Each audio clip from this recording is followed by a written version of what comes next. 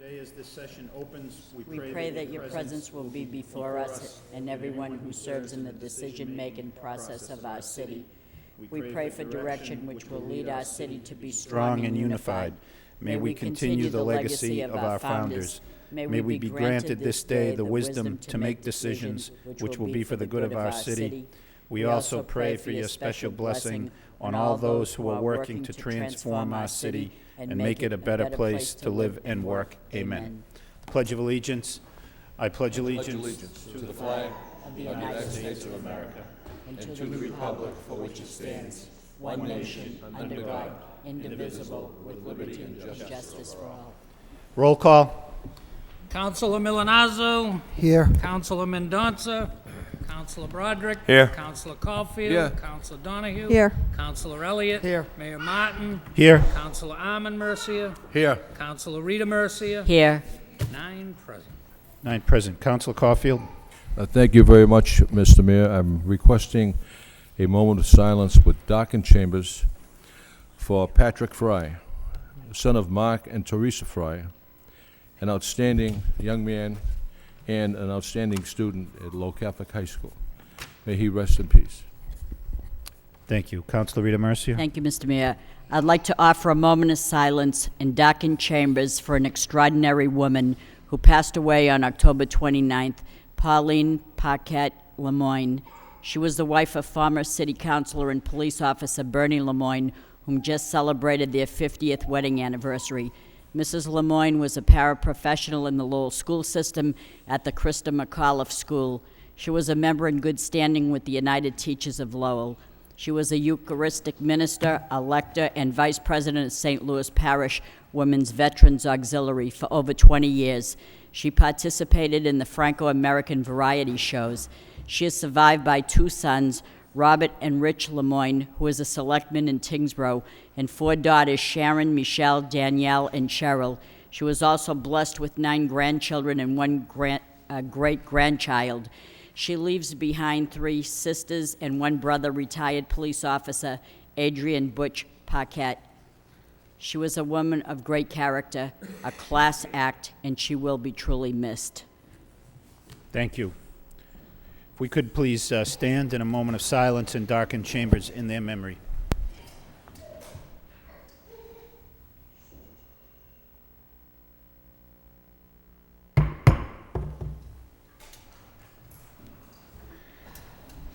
May they rest in peace. Okay, first item on the agenda this evening is approval of the minutes from the October 30th meeting for acceptance. Motion approved by Councilor Broderick, second by Councilor Elliott. All those in favor say aye. Any opposed? The minutes are approved. Under the city manager's portion of the agenda, there are several responses to various motions and requests.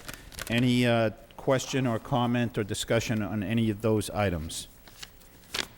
Councilor Rita Mercier. Thank you, Mr. Mayor. Through you to the city manager, this is something that we just received on our desk, and it talks about the current weight limit of 13 tons to be lowered to 4 tons. So I wanted to know what the weight of a car or a bus would be. And I know you probably don't know your weights and measures, but off the top of your head, but Motion to suspend. Yeah, I think the manager had requested a suspension of the rules to to entertain explain discussion this? of this item. right. Motion to so suspend by Councilor Elliott, second by Councilor Milanazzo. All those in favor say aye. Any opposed? We'll entertain this matter for discussion. Mr. Manager. Mr. Mayor and Councilors, the reason I requested this suspension of the rules to take this matter up is we've now received the final report on the from the engineers regarding the University Ave Bridge, and the concern that they have raised to us is that the continued use of the bridge by large vehicles, anything really over 4 tons, is causing increased deterioration of the bridge. And their concern is that if this continues, that bridge is going to, the likelihood of failure increases. Now, I want to be clear that there's not a risk of that occurring right now, but we want to make sure that that bridge retains integrity until we can complete the repairs on it. In particular, we have a number of trucks that exceed 13 tons that have been going over the bridge. So rather than trying to determine at the scene, which trucks meet the criteria and which ones don't, we would simply like to place a truck exclusion over that bridge, and that we would then lower the allowable weight to 4 tons, which would allow a regular passenger car to go across that, as well as pickup trucks and the sort. But we would eliminate the use of the bridge for anything over 4 tons, which would be large construction vehicles, tractor trailers, fire trucks, and the like. What about a bus? A bus would not be allowed over as well. Councilor Broderick? Thank you. You stated that we already have people or vehicles that in excess of 13 tons. How are we going to enforce this? The problem that we've been having with the police is that it's difficult for them to necessarily make the determination. Oftentimes it requires having the state police come out with the scales to actually weigh the trucks to make sure that they're complying. They're supposed to know what their weight limit is. We don't have the availability of having that equipment on a constant basis. So in this way, we're able to, you'll be able to tell right off whether they're meeting the requirement or not. Are we going to have details there? Is that what we're saying? There won't necessarily, there'll be occasional details, but you won't need details as much because there's, again, it's the potential for pulling over a truck and saying, and checking its weight. Truckers may take that chance. Whereas in this case, just being seen on the bridge would limit their, would cause them problems. Okay. Is there a fine? What's the It's penalty? a very serious fine. Okay. Thank you. That's all. Thank you. And potential loss of their commercial driver's license. Councilor Elliott? Nope, that was my question. How are we going to enforce it? But any truck that is seen on it, Any truck that's seen would be in violation. so should people call in? I mean, Right. call the And, police, call... Right, exactly. Okay, The, it's our intention to move forward with this. The designs are being finalized. We're hoping to get this construction out sometime in the winter-spring period. It may require, in all likelihood, it will require the closure of the bridge for about a month. But it's imperative that we move on this as quickly as possible so that we can get fire trucks across that bridge on a regular basis.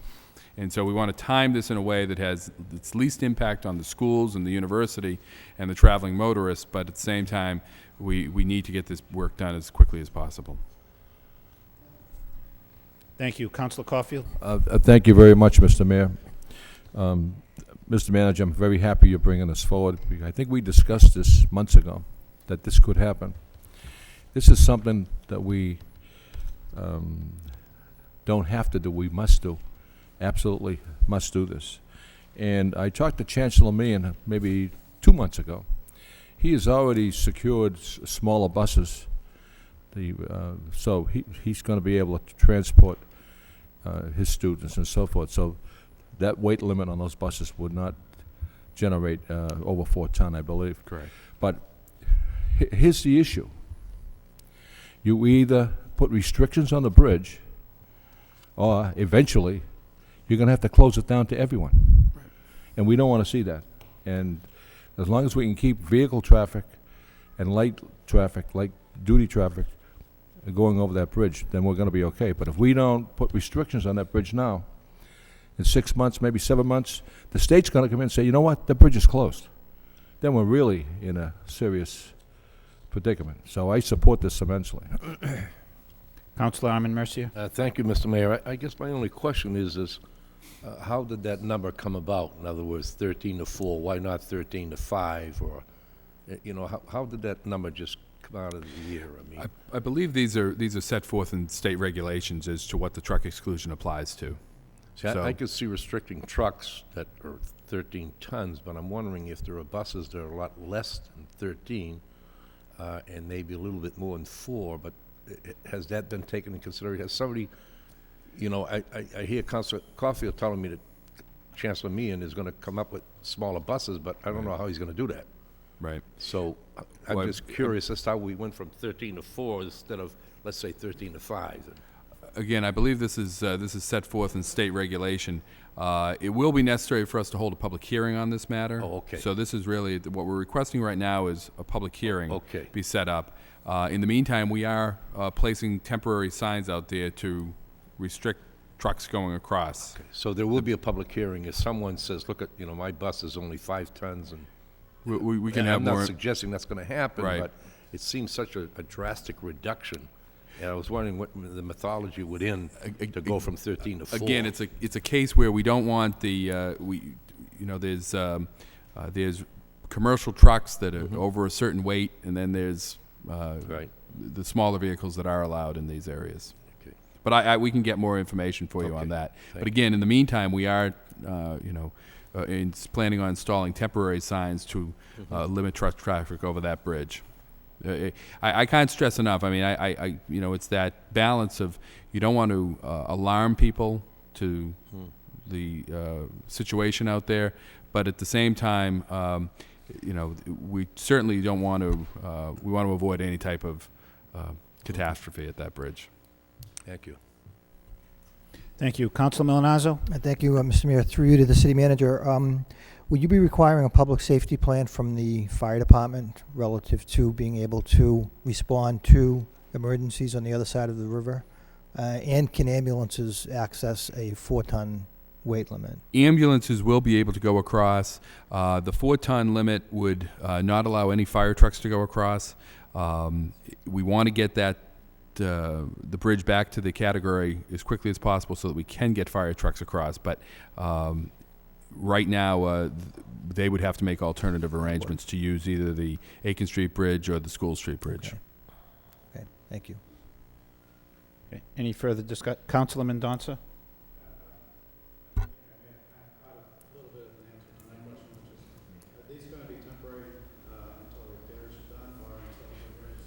These will be temporary until the new repairs are done.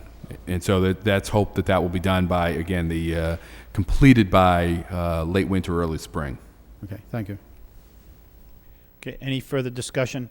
So, Mr. Manager, we're requesting a public hearing date be set. Is that the action you're requesting this evening? Based upon a review with the solicitor, that's what we're looking for right now, but I do want to stress that we are going to be putting up the temporary signs to keep trucks from using it in the meantime. Okay. So motion to refer this matter to a public hearing on November 20th by So moved. Councilor Rita Mercia, second by Councilor Caulfield.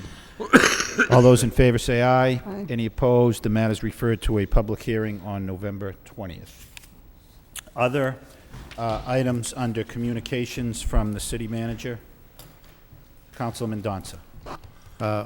One of the items is the announcement of the planning process for the Hamilton Canal District. I thought it might be an opportunity for the manager just to publicize them through the mayor.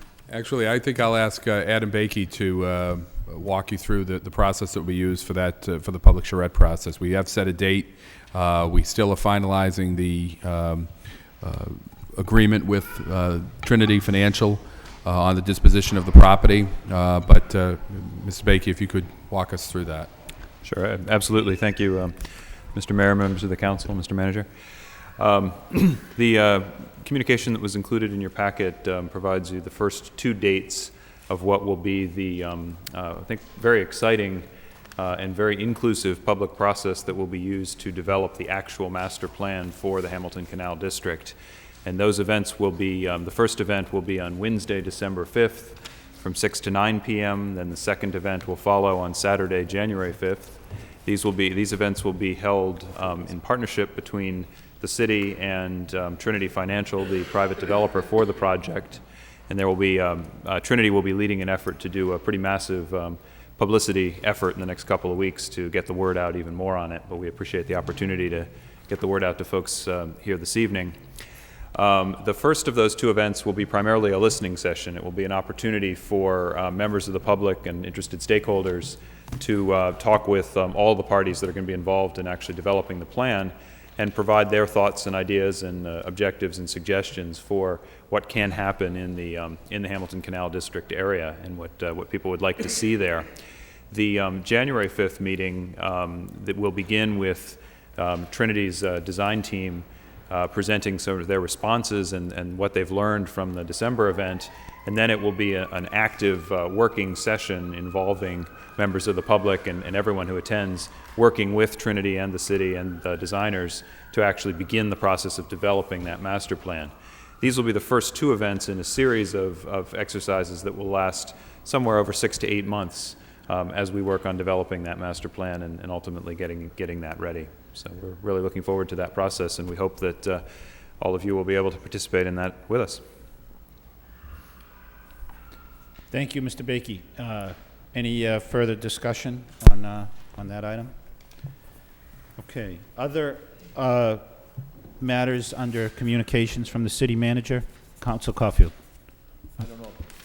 This is going to come up on the agenda, but the communication about the demolition of 155 Westford Street and 20 Varney Street. Mr. Manager, I'm very happy that you're bringing this forward. I went through that neighborhood and assured them that that building would be demolished this month. And you came through in your word, so I really appreciate it. Thank you. Councilor Milonazo. Thank you, Mr. Mayor, through you to the city manager. There's a letter in our packets regarding the Citizens Advisory Committee appointments, and there are 5 names that are mentioned here. Is that the entire Citizens Advisory Committee, or do we have additional members? I'll let Mr. Bakey respond to that as well. Thank you. Thank you. These are 5 new appointments. The Citizens Advisory Committee includes 11 members, so there are 6 individuals whose terms are carrying over. And there are 3 individuals who, unfortunately, they've been phenomenally helpful to the committee over the years, but unfortunately HUD has promulgated a new conflict of interest policy, which is going to prevent them from being able to continue. So these 5 are replacing those 3 on the committee. Okay. Thank you. Thank you. Other items under communications from the city manager? Motion to accept the communications placed on file by Councilor Mendonça, second by Councilor Milonazo. All those in favor say aye. Any opposed? The matters are accepted, placed on file. The next item is a communication from the city manager concerning out-of-state travel. Dear Mayor and members of the council, attached is a request from Fire Chief Edward Pitta seeking reimbursement for out-of-state travel for the hazardous materials technician to travel out-of-state for training. The training will take place November 26th through December 8th. Airfare and lodging is being provided by the Office of Domestic Preparedness. If you have any questions concerning this request, please let me know. So, motion to approve by Councilor Donahue, second by Councilor Broderick. Any discussion on the motion? Roll call. Councilor Milonazo. Yes. Councilor Mendonça. Yes. Councilor Broderick. Yes. Councilor Caulfield. Yes. Councilor Donahue. Yes. Councilor Elliott. Yes. Mayor Martin. Yes. Councilor Armin Mercia. Yes. Councilor Rita Mercia. Yes. 9 yeas. 9 yeas. The request is approved. Next item is an order pursuant to Chapter 13 of the Code of Ordinances, City of Lowell, Massachusetts, concerning Section 13-6 thereof, entitled Temporary Experimental Regulations. Temporary traffic regulations are hereby implemented for a period of 60 days. This concerns a loading zone at 74 Middlesex Street. Motion to suspend or to waive the first full reading by Councilor Milonazo, second by Councilor Broderick. All those in favor of waiving the first full reading say aye. Any opposed? Hearing none, the first full reading is waived. Second reading by title, an order pursuant to Chapter 13 of the Code of Ordinances, City of Lowell, Massachusetts, concerning Section 13-6 thereof, entitled Temporary Experimental Regulations. Temporary traffic regulations are hereby implemented for a period of 60 days. What's the wish of the council? Councilor Milonazo? I just have a question, if I could, Mr. Mayor, through you to the city manager. I think it's germane to the order. Can you give us a report as to how the two-way traffic on Middlesex Street is working out at this particular point, and how the left-hand turn from Middlesex Street onto Central Street is working out? Would you like that report now, or? Yes. Yes. If I could. Okay, I'm sorry, I wasn't sure if you wanted to report at a follow-up meeting. Currently, we're not having any problems there at that site. We do have to make some physical changes for the left-hand turn into Central Street from Middlesex. The bricks that run across at that crosswalk need to be cut back. But surprisingly, we've had really no problems on Middlesex itself, and the feedback we're receiving has been very positive. Thank you. Thank you. Any further discussion on this order? Roll call. Counselor Milonazo. Yes. Counselor Mendonça. Yes. Counselor Broderick. Yes. Counselor Caulfield. Yes. Counselor Donahue. Yes. Counselor Elliott. Yes. Mayor Martin. Yes. Counselor Arman Mercia. Yes. Counselor Rita Mercia. Yes. 9 yes. 9 yeas, the order is approved. Next item is a communication from the city manager concerning the proposed indemnification policy. It's actually from the solicitor. Dear manager, Mayor Martin, members of the city council, attached, please find revised indemnification policy for your consideration. Pursuant to input of the Public Safety Subcommittee, members of the Law Department inserted language regarding payment of expert witness fees, as well as requirement that all offers of settlement be in writing. A copy of the revised policy was sent to Attorney Burke on October 17th. I will be present should members of the council have further questions regarding this matter. Very truly yours, Christine P. O'Connor, City Solicitor. Councilor Donahue. Thank you, Mr. Mayor. This policy, as the council knows, has been in the Public Safety Subcommittee, and the changes that were requested have been made by the Solicitor's Office. I know Officer Boutselis is present here this evening, and the attorney for the Patrolmen's Union has a copy of it, and apparently there aren't any further questions or requests being raised regarding the policy. The only, my only suggestion is that perhaps we send it to Public Safety. We're meeting a week from tonight, just to hear back from the Superior Officers Union. There was a representative from Superior Officers here that night who asked just to be able to look at it and weigh in, or have their counsel or somebody do that.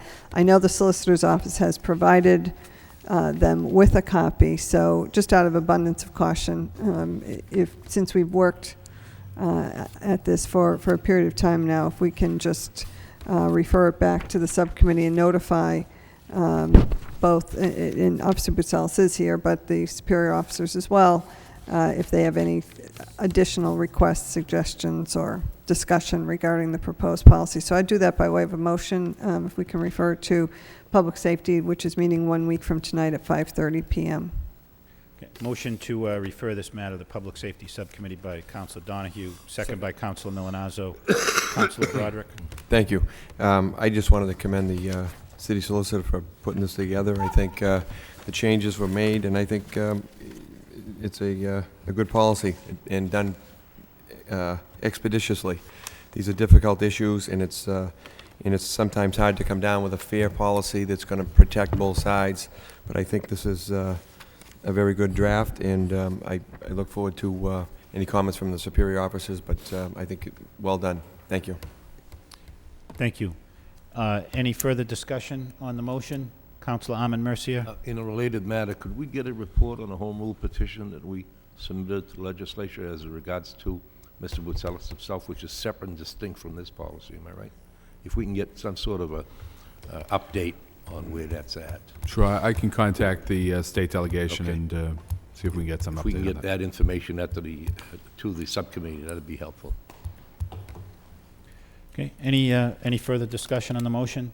All those in favor say aye. Aye. Any opposed? The matter is referred to the Public Safety Subcommittee, be added to the agenda for that meeting on next Tuesday. Next, we have an appropriation. Is this a appropriation, supplemental appropriation?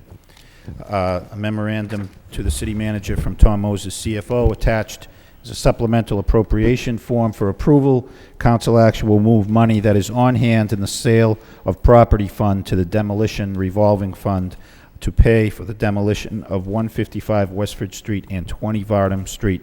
The estimate to demolish both properties is $95,000. The actual work would be subject to bidding. Councilor Broderick. Thank you. Is this something that's going to require a public hearing to transfer? I believe there are two mechanisms to move forward with the demolition. One is through a public hearing process, the other is through the building commissioner, and this would follow that that route. And is this money that we type with this, because this came up recently, is this money that we finally had a closing on a property we were waiting Yes, for? it is. And it Yes, was it a is. total of 95,000? I believe it was in excess of that. Oh, so but we that- have- the yeah. balance stays in that the sale of properties account, and this is the amount that we would transfer for this purpose. Do we know what the balance will be? approximately? The balance will be about 85,000, because there's one more parcel that's in there for the acre. That Oh, will come great. before you. Another one to be demolished? No, Oh, okay. it's just Could we, one that we sold. could we maybe get a list of potential properties to be demolished when we have, and if they're prioritized or whatever, so we have an idea now that we have some money available? We will do Thank that. you. Thank you. Council Caulfield? Thank you, Mr. Mayor. I just want to stress that although the city is demolishing those buildings, the city will also put a lien on the property That's correct. and receive a cash settlement somewhere down in the future. The house on 155 West just cannot stay there another month. It's really an eyesore, Mr. Mayor, and I thank you for bringing this forward.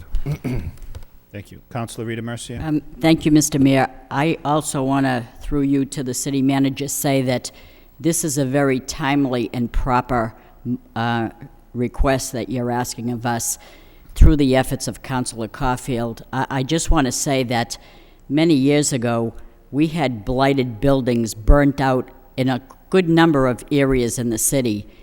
And at this time of year specifically, we have people coming forward saying, I'm going to do something about neighborhoods. It's about time we address the needs of neighborhoods. We certainly want to do that. And this is the number one reason where buildings are blighted out, and it brings the value of certain neighborhoods down. This is a very good indication of how any council should not stand for long to see this happen in neighborhoods. As we're going around this council making neighborhoods better through the city parks and addressing and upgrading and uplifting and rejuvenating parks, we should do the same with the buildings, and this is one way that we can do that. So thank you for bringing this forward in a timely fashion. I know it's always hard to find money, but you were creative this time in finding it, and so I'm very pleased to see this so quickly on the agenda, so thank you for that. We can't stand to let our neighborhoods deteriorate by something of a burnt-out building, whether it's here or on Westford Street or Varney Street. This is a good move. Thank you, Mr. Manager. Thank you. Councilor Milonazo? Thank you, Mr. Mayor. Through you to the city manager, you mentioned that it would go out to bid. What's the time frame on a bid package like this? Is it a 30-day advertisement, or is it quicker than I believe that? we can expedite that. Okay. I believe it'd be a two-week bidding Okay. process. Okay, thank you. Councilor Elliott? Thank you, Mr. Mayor. This is a good thing, but is it approximately $47,000 for an average single-family unit to be demolished?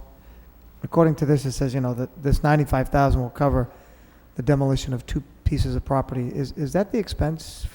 That's the average cost out there to demolish and dispose of? That's correct. Do we recoup all of this money back when we do place a lien? All of it comes back with that sale of the property?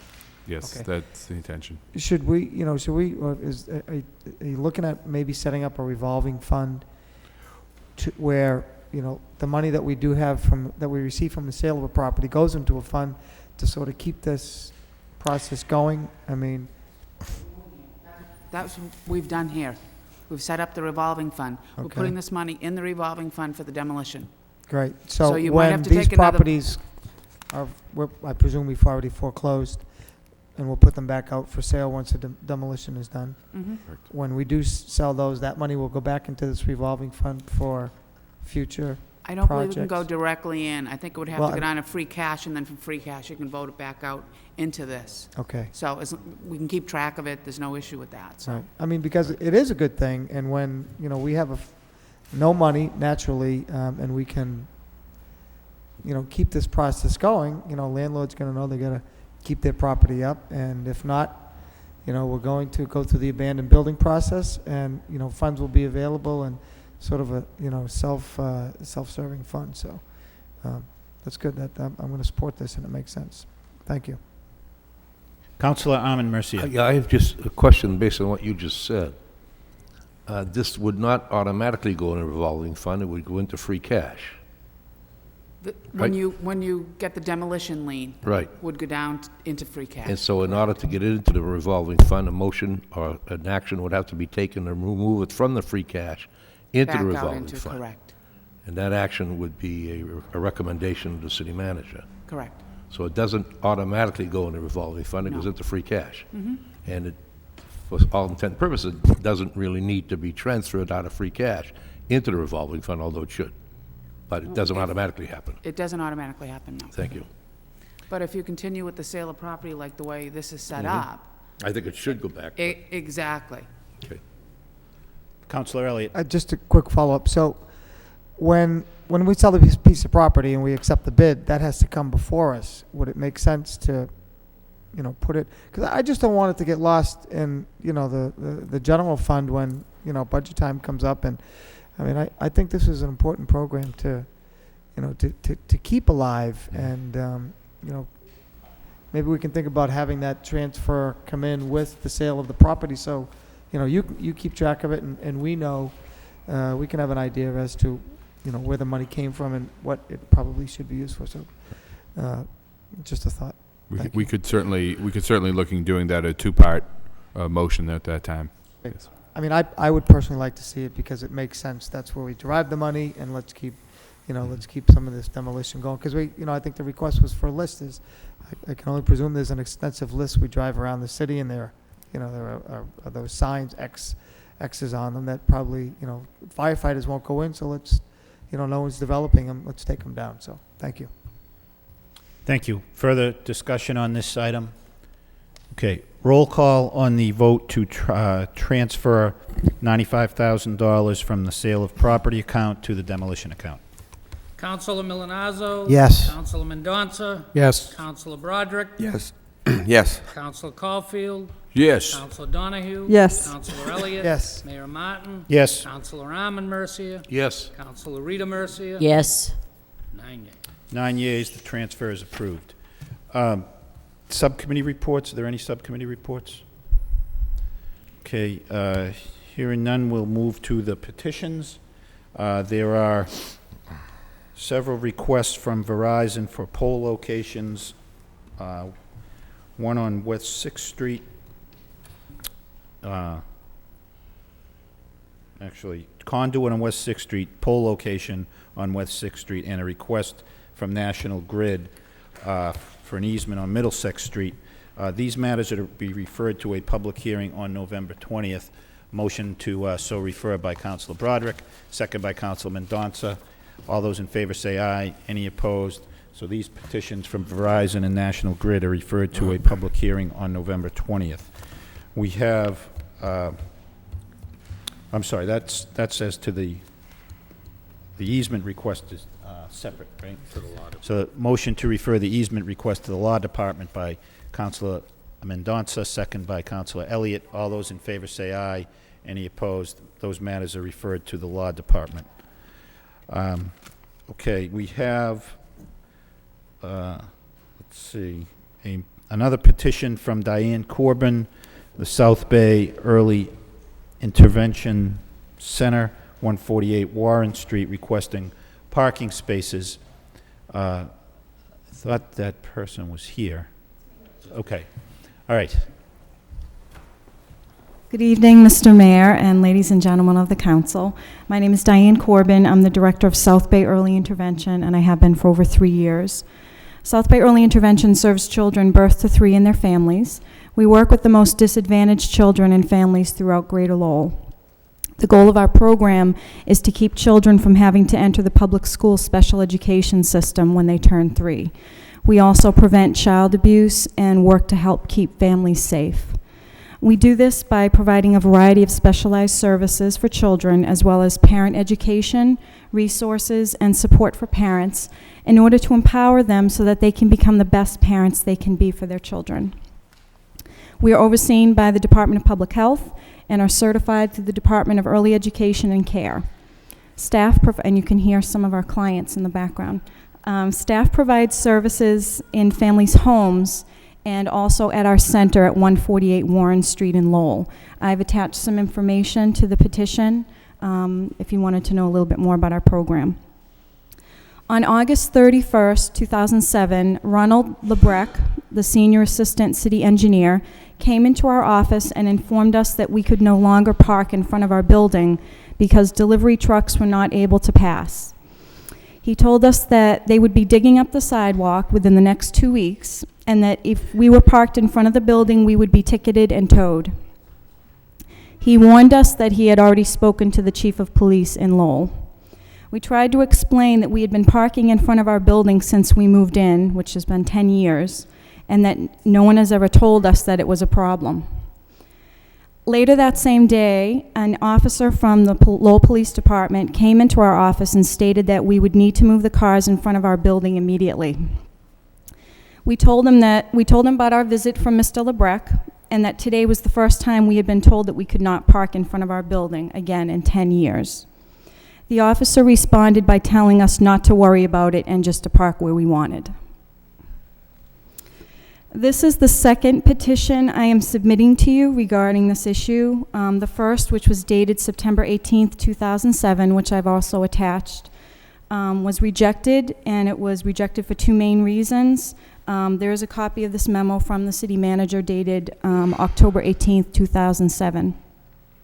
The two main reasons were that the city does not reserve on-street parking for private entities, and the second reason was because of truck routes. And I wanted to talk about both of those items briefly.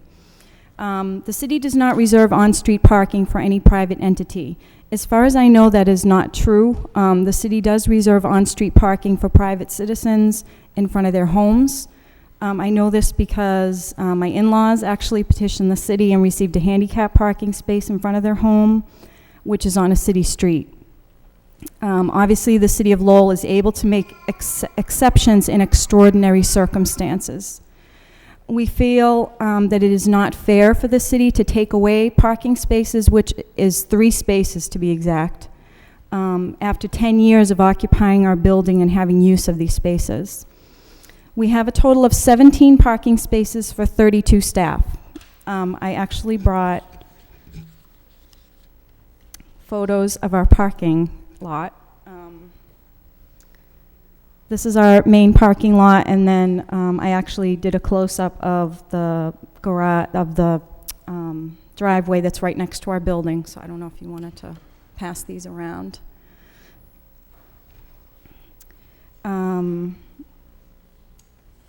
Staff currently park over the bridge on Perry Street, at metered parking, and in the garage wherever they can, especially on days that we meet as a team at the office. But we cannot ask parents, most of whom do not have the money to park in the garage, or the ability to walk long distances with small, sometimes physically disabled children, to park down the street. The situation becomes dangerous during the winter months when snow blocks the sidewalks and people are forced to walk on the street. And if you would, I'd like you to picture a mother with 3 small children trying to navigate her way down the street with a stroller, holding the hands of her other children. And we did bring a couple of the children here today, and hopefully we'll have a couple minutes for the parents to speak. We hope that the city can make an exception regarding on-street parking in this case. The other reason that they had given us for rejecting our petition was that quote, this section of Warren Street is part of a truck route where deliveries are made serving the neighborhood commercial uses. The no parking signs on both sides of the street are to ensure this truck route is clear and safe to traverse. According to the Lowell Police Department, during the past 4 years, which is as far back as they could go in their computer records, there has been 1 accident at 148 Warren Street, and that happened on August 21st, 2005, and it involved one of our staff who was driving our van, who was pulling out of our parking lot and collided with a client's vehicle, which is, if you look on photo A, you can see our van, and that's where it had nothing, it wasn't anywhere near where we're asking for parking spaces. So there have been no reports of any accidents involving trucks or other vehicles in front of 148 Warren Street, where we are requesting to park. And this is actually a photo of where we are requesting to park in front of our building. So I'll give that to you. The other thing I wanted to point out is that the distance from one side of 148 Warren Street to the other side, so we measured the sidewalk of one side of the street to the sidewalk to the other side, is 35 feet. So if you look at this photo, you can see from here to the other side of the sidewalk is 35 feet. Then we measured around the corner, still on Warren Street, which is right down the street from our building. There are parking meters along the right side of the street. The distance from one sidewalk to the other sidewalk is 29 feet. That means we have an additional 6 feet in width of road as compared to the part of the street that has parking meters. So I'd like to pass that out too. My question is, if there is a concern about trucks getting by parked cars, why can part of Warren Street have metered parking on the right side of the road, but we cannot have 3 parking spaces on the same side of the road in front of our building, even though we have 6 extra feet of space? I have a petition signed by 41 parents, which is all I could get in a week, because we do home visits, so it's difficult to get everybody together, of people that are very concerned about having access to our programs, and state that we definitely need those 3 parking spaces in front of the building. We also have a couple of parents here tonight. I don't know if it's appropriate. I don't know if you have a couple minutes just to hear them say a few words. Would that be okay? Well, I think, Councilor Caulfield? I would like to suggest that we refer this to the manager and the traffic engineer and come back with some report so the council can look at it, and the traffic engineer knows more about it than we do, so would that be fair with you? Well, we already did that. What's that? We already did that. It was already referred to the traffic engineer, the traffic engineer. And I spoke to him, right. and basically this is I think it was the city engineer. No, but I also spoke to Jeffrey Gomes. Right.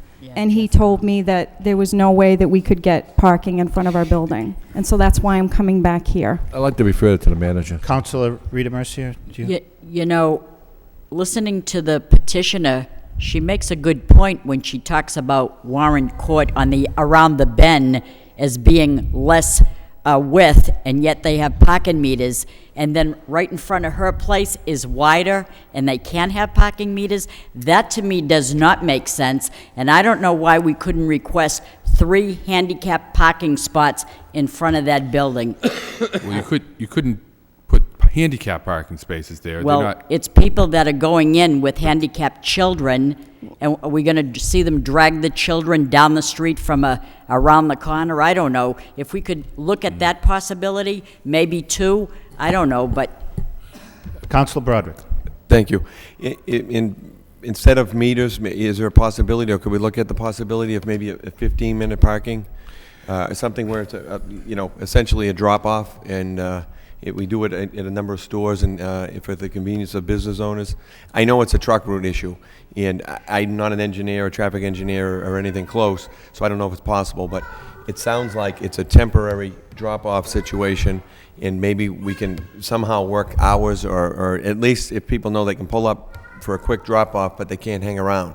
They want to drop their child off and go around the corner and park and walk back, that's fine. That makes sense. But maybe something to that effect, if you could maybe, the manager could look at that.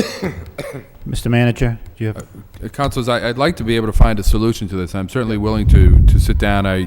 When this was first submitted, we referred it to the traffic engineer. He came back with his report that was filed with you as well. And, certainly we can revisit this and see what is possible, and perhaps, if I might suggest, that we bring it to the Neighborhood and Traffic Subcommittee, bring the traffic engineer in so that he gives him an opportunity to explain. There are some issues there that we're trying to deal with regards to it being a truck route, and I think that might be the best step at this particular point in time. Councilor Armin Mercier. Thank you. I have a question. During your presentation, you mentioned that there was a parking lot that you own, and it's for staff. Right. Why couldn't you free up 3 spaces from the staff and have the staff park in the garage? We could. Oh, The problem is it's very difficult to enforce that.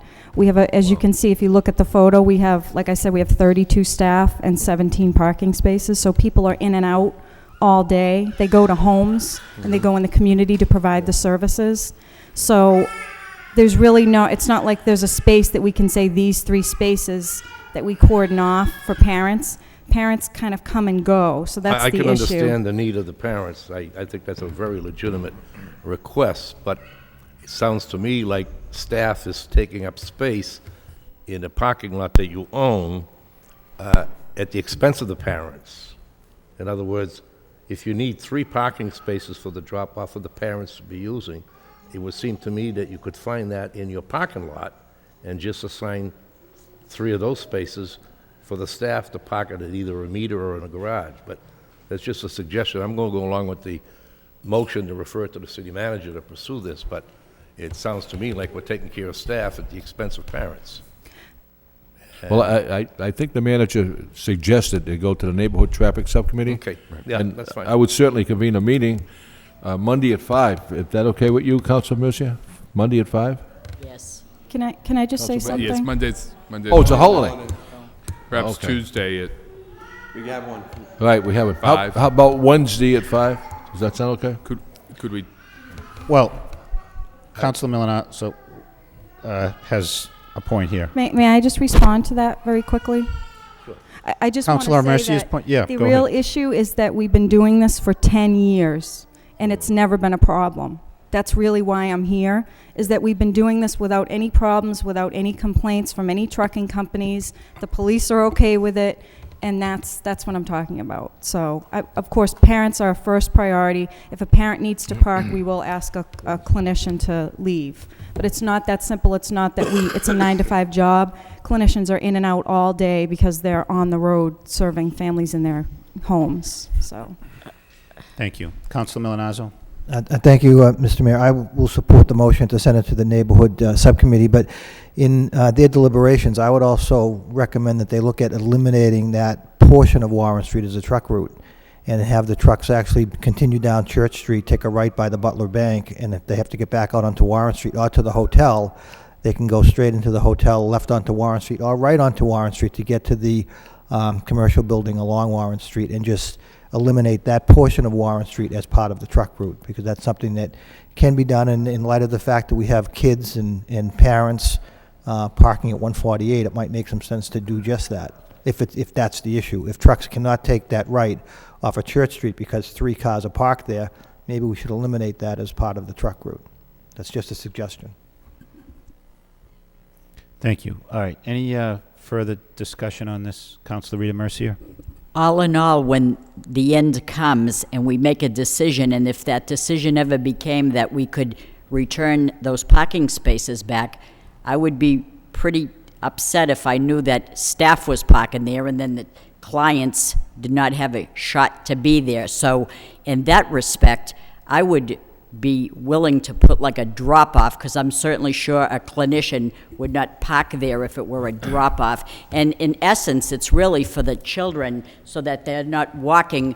You know, I know what it is to lug 4 children around. It's not an easy task, especially when they're young like this. And they were very good, I must say. Thank you very much. So that'd be great to come before the subcommittee. Thanks. Councilor Donahue? Thank you. Well, first of all, just to address a couple of things. In the 12 years I've sat here, I've never seen us give designated parking to a business on city streets. We don't do that. Whether you've used the spaces or not, we don't do that. I find it hard to believe that the city has gone out and just, for no reason whatsoever, capriciously decided to give a hassle to this particular business.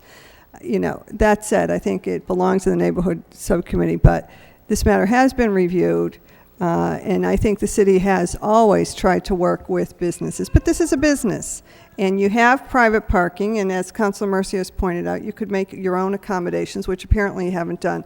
But, you know, I think the subcommittee should look at it, but be very careful about what type of precedent you're setting. That's a very tight area. I travel it on a regular basis. There is a traffic problem there. I'm sure that, you know, maybe you can do something with the truck route, but it's not the only business in the area. And if we start designating spaces for this business, what happens when another one asks for it? You know, you're opening up Pandora's box, and there's a reason we don't do it. So I look forward to the report from the public, from the Neighborhood Subcommittee. Mr. Mayor? Council Wednesday evening at 5, subcommittee meeting. And I just want to let you know that we're going to have a meeting, and there'll be compromises. Maybe some of them you won't like, but we're going to have to come up with a compromise that's fair to everyone, okay? Thank you. Okay, anything further on the petition? Councilor Rita Mercia. Which would be November 14th at 5. Councilor Caulfield. November 14th at 5 o'clock, okay? Okay. So motion to refer the petition to the Neighborhood Traffic Subcommittee by Councilor Caulfield, second by Councilor Rita Mercier. All those in favor say aye. Any opposed? The matter is referred to the Neighborhood and Traffic Subcommittee. With input from the manager. Yes.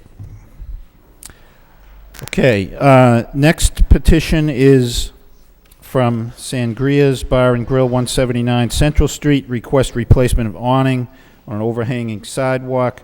A motion to refer this to the Law Department to draw the proper vote by Councilor Broderick, second by Councilor Rita Mercier. All those in favor say aye. Any opposed? The matter is referred to the Law Department. Believe that concludes the agenda. Motion to adjourn by Councilor Broderick, second by Councilor Armin Mercier. All those in favor say aye. Any opposed? Meeting stands adjourned. Another half hour to go. Yeah.